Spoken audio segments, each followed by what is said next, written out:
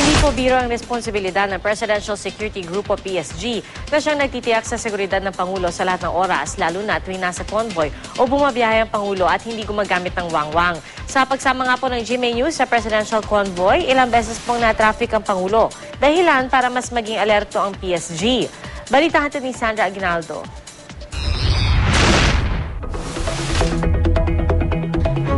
Sa lahat ng oras, binabantayan ng Presidential Security Group ang seguridad ng Pangulo ng bansa, lalo na kapag lumabas ito ng Malacanang papunta sa mga appointment nito sa labas. Nang pasamahin kami ng PSG sa Presidential Convoy, nalaman naming hindi madali ito, lalo na't hindi gumagamit ng wangwang si Pangulong Aquino. We don't use the sirens anymore. Ginagamit namin yung mga loudspeakers para nakikiusap sa tao na makikiraan yung convoy. Hindi kami gumagamit ng blinkers. No? Apo. We only use the hazard lights to identify which cars are in the convoy. Sa may 30 minutos na biyahe namin, makailang beses tumigil sa traffic light ang convoy. Kapansin-pansing hindi mapakali ang mga PSG sa pagbabantay. Sir, bakit po bukas yung mga pinto ng PSG car?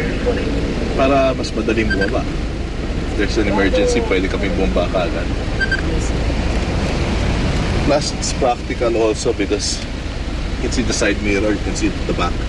May motorcycle riding police officers naman para mapabilis ang takbo ng convoy pero natatraffic pa rin ang Pangulo. Kung minsan, hindi alam ng mga motorista na kasabayan na pala nila sa kalsada ang pinakamataas na opisyal ng bansa.